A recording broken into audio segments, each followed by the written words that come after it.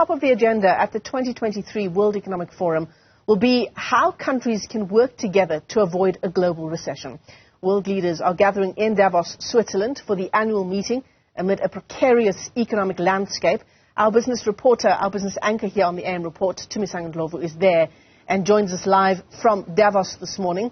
Tumisang, as we talk about a precarious situation in terms of the world economy, how precarious is it here at home? Michelle, when we speak of a precarious global economy, we are talking about inflation that is remaining quite high.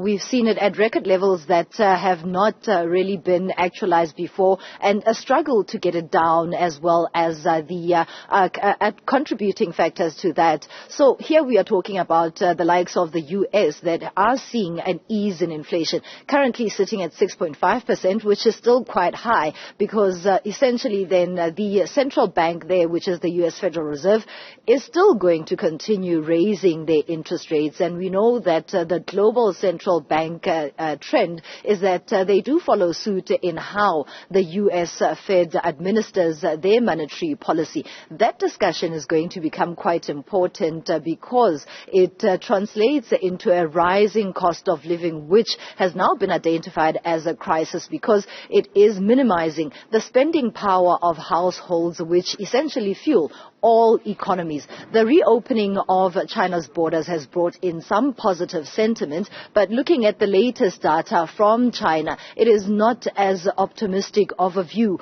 when it comes to economic growth at a global scale. That is another discussion that is going to take place, and that's the reason why this theme for 2023 at WEF speaks of a fragmentation in policy across the globe. And my business editor, Xolani Mbanjwa, joins me for more on that. Xolani, the interesting part about this year's theme and that particular word being fragmentation. To what extent does it encompass that global economic crisis that we find ourselves in with the looming recession? It is everything today, Tumisang. It's something that is very important, because when you look at the themes in the previous years here at the World Economic Forum, they've been forward-looking, they've been optimistic. But this is the first time since the Ukraine-Russia war we have seen this fragmentation, the rise in the living cost, the rise in inflation, and the tightening monetary policy, and the global economic growth forecast being downwards, being revised downwards constantly since the start of the war.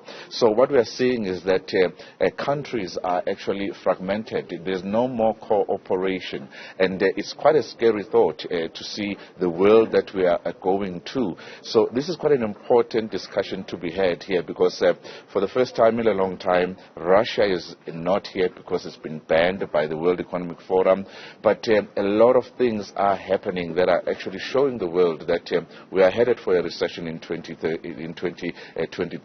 and it's something that is a huge worry when you think about the cost of living as well. It's a fragmented world. Globalization is what got the world to be where it is today, but what has happened in the past 3 years has actually fragmented that cooperation, and it's getting harder and harder to grow economies around the world. And that's exactly what is anticipated, a solutions-based focused discussion and deliberations at the 2023 WEF, but it's going to be a tough one given the fragmentation of the global landscape, Michelle. Certainly, and you'll keep us up to speed as all of that unfolds. You and the rest of our business team, Tumisang Ndlovu, live to us there in Davos. Thanks very much indeed.